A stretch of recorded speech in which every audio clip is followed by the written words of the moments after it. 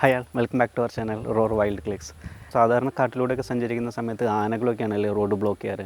അങ്ങനെ road block ചെയ്തിരിക്കുന്ന കുരങ്ങുകളെ നിങ്ങൾ കണ്ടിട്ടുണ്ടോ? എന്നാൽ കഴിഞ്ഞ നെല്ലിയാമ്പതി യാത്രയിൽ എനിക്കങ്ങനെ ഒരു അനുഭവം ഉണ്ടായി. ലയൺ ടൈൽഡ് മക്കാക്ക് എന്ന് പറയുന്ന സിംഹവാല കുരങ്ങുകൾ അവർ റോഡെല്ലാം ബ്ലോക്ക് ചെയ്തിരിക്കുകയാണ്. ഏകദേശം അവരൊരു 10-20 ആൾക്കാരുണ്ടായിരുന്നു. ഓക്കെ, അങ്ങനെ നമ്മൾ കുറച്ച് നേരം വണ്ടി സ്റ്റോപ്പ് ചെയ്യേണ്ടി വന്നു. സോ അവരുടെ കുറച്ച് വിഷ്വൽസ് നമുക്കൊന്ന് കണ്ടു നോക്കിയാലോ.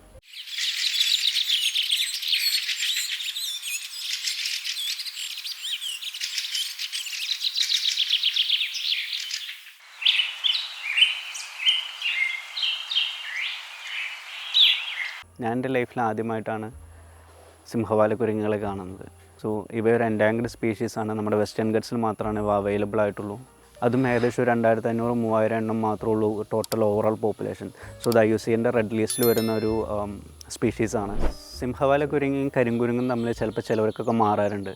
പക്ഷേ അത് നമുക്ക് എങ്ങനെ ഐഡൻറ്റിഫൈ ചെയ്യാമെന്ന് വെച്ചാൽ മുഖം ഫുള്ളായിട്ട് വൈറ്റ് സിൽവർ കളറിൽ താടി ഉണ്ടായിരിക്കും. വാലിൻ്റെ നീളം ഏകദേശം ഒരു 20 സെൻറ്റിമീറ്റർ 25 സെൻറ്റിമീറ്റർ ആ ഒരു ലെങ്ത്ത് ഉണ്ടായിരിക്കുള്ളൂ. പക്ഷേ കരിങ്കുരങ്ങുകളെന്ന് പറഞ്ഞു വെച്ചാൽ ഏകദേശം 70-80 സെൻറ്റിമീറ്ററോളം ലെങ്ത്ത് ഉണ്ടായിരിക്കും ഇവരുടെ വാലിൻ്റെ അറ്റം ഏകദേശം സിംഹത്തിൻ്റെ വാലിൻ്റെ അറ്റം പോലെ ആയിരിക്കും. അത് കാരണം കൊണ്ടാണ് ഇവരെ സിംഹവാല കുരങ്ങുകളെന്ന് വിളിക്കാൻ തന്നെ കാരണം.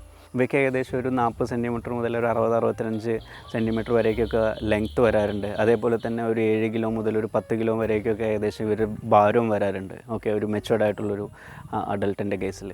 മെയിൻലി റെയിൻ ഫോറസ്റ്റുകളിലാണ് ഇവ കാണുന്നത്. സൈലൻറ്റ് വാലി, പറമ്പിക്കുളം, നെല്ലിയാമ്പതി അങ്ങനെയുള്ള ഏരിയകളിലൊക്കെയാണ് ഇവയെ കൂടുതലായി കാണുന്നത്. നമ്മുടെ ഫോറസ്റ്റിൻ്റെയൊക്കെ ഒരു അപ്പർ കോൺപി എന്ന് പറയുന്ന ഒരു സോണിലൊക്കെ ആയിട്ടാണ് ഇവരെ മെയിൻലി കാണുന്നത്. പകൽ ആക്റ്റീവായി ജീവിക്കുന്ന ജീവികളാണ്. അതേപോലെ തന്നെ ഇവരൊരു ഗ്രൂപ്പായിട്ടാണ് ജീവിക്കുന്നത്. ഏകദേശം 10 മുതൽ 20 വരെയൊക്കെയുള്ള ഓരോ ഗ്രൂപ്പുകളായിട്ടാണ്. ഭയങ്കര ഷൈ ആയിട്ടുള്ളൊരു ആനിമലാണ്. അത് കാരണം കൊണ്ട് തന്നെ അവർ മരത്തിൻ്റെ മുകളിൽ നിന്നൊന്നും സാധാരണ താഴത്തേക്ക് ഇറങ്ങാറില്ല. ഇപ്പോൾ അവരുടെ ഹാബിറ്ററ്റൊക്കെ ലോസ് ആയി അല്ലെന്നുണ്ടെങ്കിൽ അത് ഡിസ്റ്റർബ്ഡ് ആയത് കാരണം കൊണ്ടാണ് നമുക്ക് ഈ റൂട്ടിലൊക്കെ കാണാനുള്ള കാരണം. ഈ വേൾഡിൽ ആകെ കൂടി 10-3000 ഉള്ളൂ പോപ്പുലേഷൻ. ഇപ്പോൾ ഈ റൂട്ടിൽ കൂടെയൊക്കെ ഇറങ്ങി നടക്കുന്ന സമയത്ത് വല്ല വണ്ടികളൊക്കെ വന്നിടിച്ചിട്ടൊക്കെ ആണെങ്കിലും മരണം സംഭവിക്കുന്നുണ്ട്.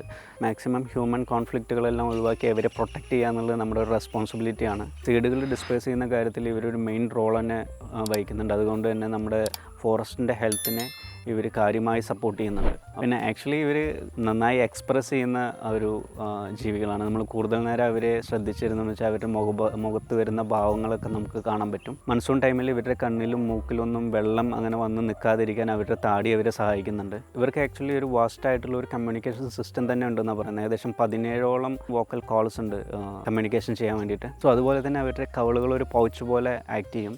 സോ ഫ്രൂട്ട്സും കാര്യങ്ങളൊക്കെ അവർക്ക് ക്വിക്കലി ഗ്രാബ് ചെയ്തിട്ട് ഈ പൗച്ചിൽ വയ്ക്കുകയും ട്രീയുടെ ഒക്കെ ടോപ്പിൽ പോയിരുന്നതിന് ശേഷം പിന്നെ സാവധാനം അവർക്ക് കഴിച്ച് തീർക്കുകയും ചെയ്യാം. അങ്ങനെ വരുന്ന സമയത്ത് ഈ ത്രെട്ടുകളിൽ നിന്നും അതുപോലെ പ്രെഡേറ്റർ അനിമൽസ് എന്നൊക്കെ അവർക്ക് രക്ഷപ്പെടാൻ പറ്റും. ഈ മനുഷ്യൻ്റെ കടന്നുകയറ്റം കാരണം ലാൻഡ്സ്കേപ്പ് എല്ലാം മോഡിഫൈ ചെയ്ത കാരണം കൊണ്ടാണ് അവർക്ക് റോട്ടിലോട്ട് ഇറങ്ങേണ്ട കാര്യങ്ങളും വരുന്നത്. അവരുടെ ആവാസ വ്യവസ്ഥയെ തന്നെ ബാധിച്ചു തുടങ്ങി. റോട്ടിലൊക്കെ ഇറങ്ങുന്ന സമയത്ത് വാഹനങ്ങളൊക്കെ വന്നടിച്ച് റോഡ് കില്ലുകൾ കൂടുന്നുണ്ട്. സോ കാട്ടിലൂടെ വണ്ടി ഓടിക്കുന്ന സമയത്ത് പതിയെ ഓടിക്കുക. എപ്പോൾ വേണമെങ്കിലും നമ്മുടെ മുന്നിലോട്ട് ഒരു ആനിമൽ എക്സ്പെക്റ്റ് ചെയ്ത് തന്നെ വേണം വണ്ടി ഓടിക്കാൻ.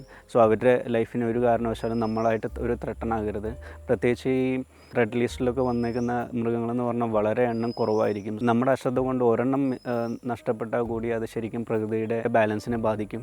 സോ ഇത്രയേ ഉള്ളൂ ഇന്നത്തെ ലയൺ ടൈൽഡ് മക്കാക്കിനെ കുറിച്ചുള്ള വീഡിയോ. സോ കുറച്ചെങ്കിലും നിങ്ങൾക്ക് സിംഹവാലക്കുരങ്ങിനെ കുറിച്ചും അവയുടെ ആവാസ വ്യവസ്ഥയെക്കുറിച്ചും അവയെ പ്രൊട്ടക്റ്റ് ചെയ്യുന്നതിൻ്റെ ആവശ്യകതയെ കുറിച്ചൊക്കെ നിങ്ങൾക്ക് മനസ്സിലായെന്ന് വിചാരിക്കുന്നു. സോ അടുത്തൊരു വീഡിയോയിൽ വീണ്ടും കാണാം. Save wild life, save nature. Bye bye.